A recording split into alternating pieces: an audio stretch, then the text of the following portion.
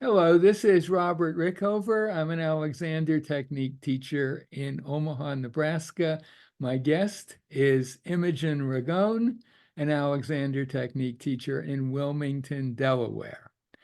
About 4 or 5 months ago, we did an interview, which I perhaps somewhat pompously titled A Simple Alexander Technique Self-Direction That Can Change Your Life. Um, and this is part two of that. The direction was is I'm not thinking, and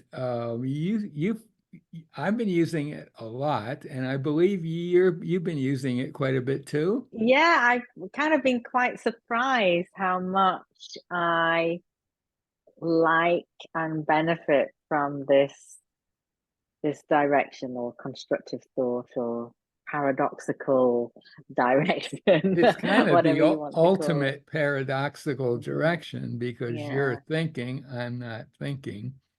Um, Hmm. so Um, and it was basically it's a direction that takes advantage of your unconscious mind's bias towards your best interest. It wants to be helpful. And Hmm. I won't go into all the details of it, but I'll put a link to our interview before. And but just to add to that a little bit, it came out of um, was related to certainly F.M. Alexander, the founder of the Alexander technique, being very concerned with what he called mind wandering. And if Hmm. you have a copy of Constructive Conscious Control and look it up, and it's hyphenated in that book, there he goes on and on about it. And he sees it as a really bad trait and one which it leads to concentration, attempts to concentrate, which is a big no-no in the Alexander world. And really, So it's like, don't let your mind wander, but don't concentrate. well, Uh, if it's wandering, you try to hold on to the thought yes, you, exactly. We're and trying that's to not going to fix. work either. So um, that direction, I'm not thinking, we both found to be very useful in things like improving what you're doing during your day. But you I asked the question in that first interview, which I did not do a good job of answering. I know you don't remember this, so I'll refresh Well, your I do mind. now. Yeah, you finally got it right. You asked, well, how is that a useful direction that would be helpful in achieving a state of being where your mind is not constrained, it's free to go wherever it wants, as kind of perhaps a little akin to meditating or just putting yourself in a state where something new could pop up.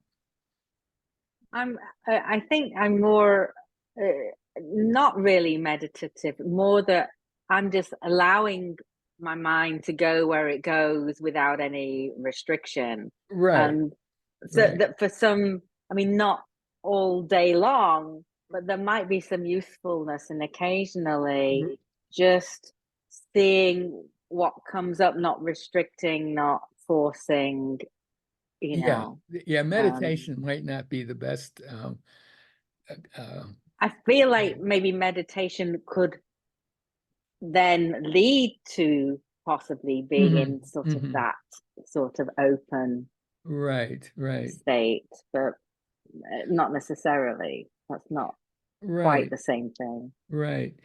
But that question has sort of gnawed away at me over the last Hmm. little while, And I just and let it go. yeah, really, and because really being in that state can lead to really uh, amazing discoveries or insights. I mean, there's a famous example in actually in chemistry.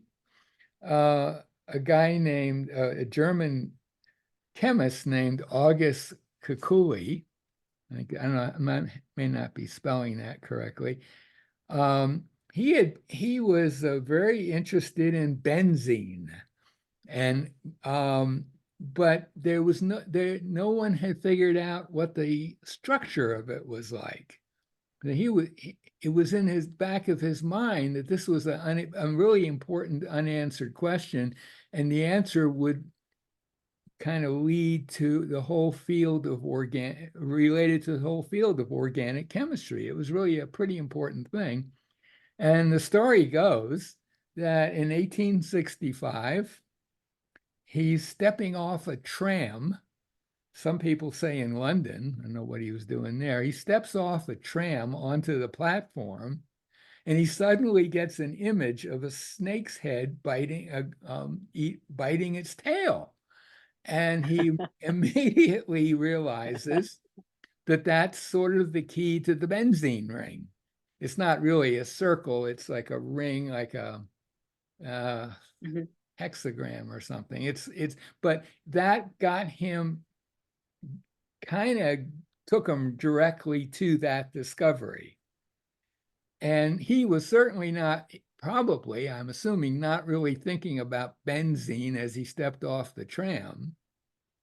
He's probably just wanting to make sure he doesn't trip, but there it is, and there are a lot of examples like that, people coming up with ideas that just pop out of nowhere and are quite important and interesting. So I've been thinking, okay, saying something, thinking something like I'm not thinking, which is you're doing that in order to do what you're already doing more effectively, easier, less stress, may not be applicable to the situation of specifically taking some time to just allow your mind to wander. And that kind of mind wandering would not be the harmful thing that Alexander is talking about, because he was talking about mind wandering that's taking you away from a direction you want to use. Like distracted, when we're just we're distracted and thinking about this and this and this. Yeah. I'm still angry at so-and-so for something he did last year, and whatever, and one of the things that I think is really nice about the direction is that it is a kind of a quality control mechanism. When you think I'm not thinking, your conscious mind will, because your conscious mind will help you drop the stuff that's useless and let the stuff that's useful be there. But in this case, you don't really want that kind of quality. You don't really want quality control at all. You just want complete freedom of thought, and maybe something will pop into your head, and you don't want to try to improve things while you're doing that. You just want to let stuff go. That's interesting, Robert, because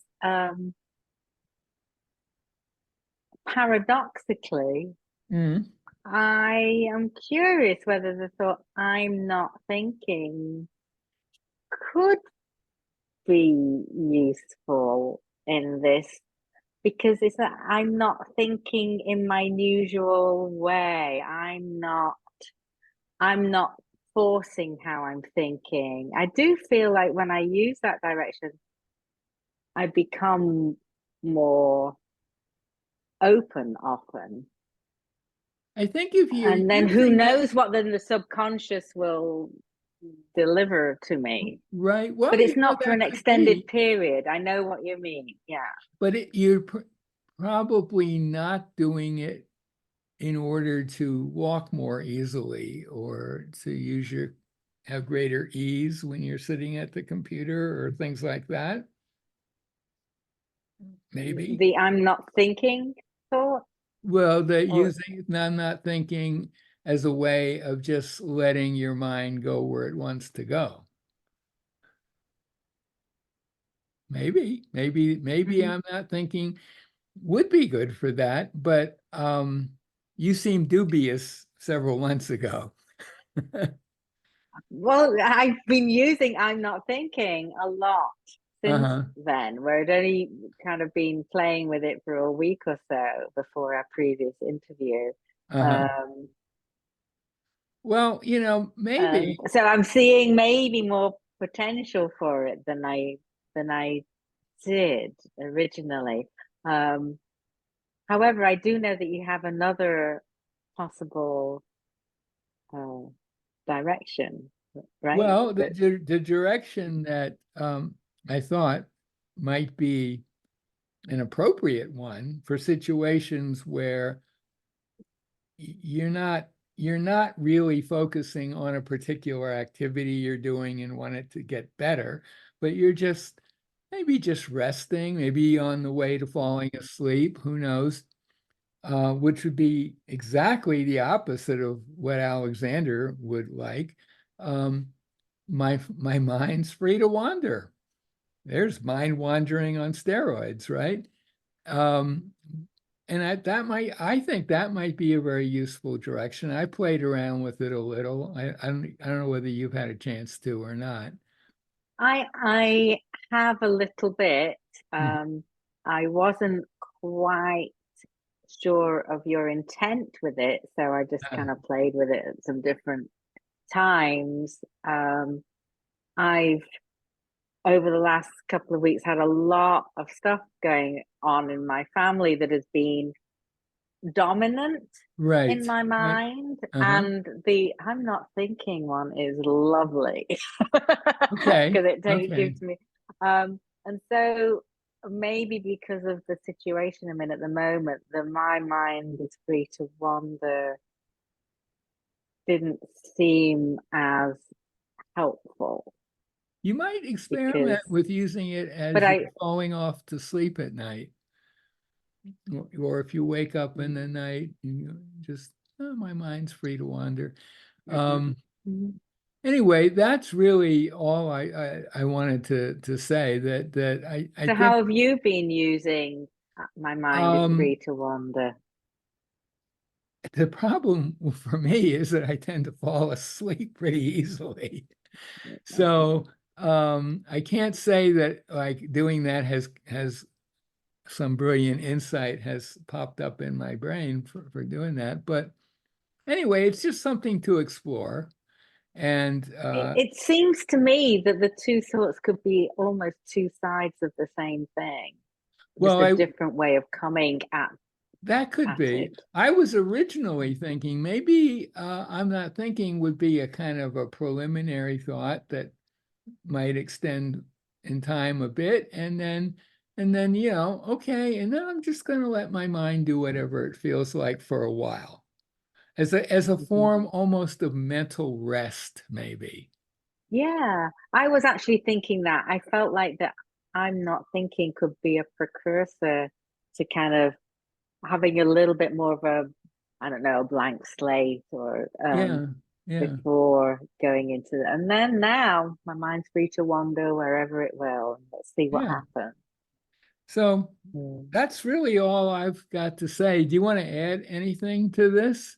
I think I think that's it, but I am curious to play with it a bit more. I've heard of a practice. Um, I don't know where it came from, but some high achieving, high thinkers, but having kind of a time in the way that some people will have a meditation time, and maybe as well as, but they have like 20 minutes or half an hour where they just sit See, and let their mind think. I think You that would be a know, perfect time to use the direction. mhm, I'm free to let my mind wander or something along those lines. But yeah. you might even begin by saying, um, I'm not thinking, just to kind of Mhm, maybe clean out some of the stuff first. But then mhm. mainly, you're not trying to improve your physical functioning so much as just allowing your mind to recalibrate and maybe I who would knows? say it's not so separate. Our physical functioning Oh, is well, not. yes, yeah, okay. Yeah, you know, in Because the if Alexander your world, mind is wandering freely and you're open, and yeah, yeah. I think there will be a physical Yes, there will be, but expression of maybe that. that's not your main It's goal. not the Put main it that goal way. in that particular You situation. know, in the Got it. Alexander world, you can always win an argument by saying, well, if it's affecting the mind, it's affecting the body, and vice versa, which is true. But sometimes you might have an emphasis on one more than the A other. goal that's more to do with physical or to do with Yeah, mental yeah. activity. Well, let's leave it at Okay. that. My guest today has been Imogen Ragone, an Alexander teacher in Wilmington, Delaware. I'll put a link to her website. And I think we'd both be very interested in others' experiences, either with I'm not thinking or my mind's free to wander or whatever. Because to Yep. me, this seems like an important couple of directions for people. Anyway, thank you so much, Imogen. Thank you.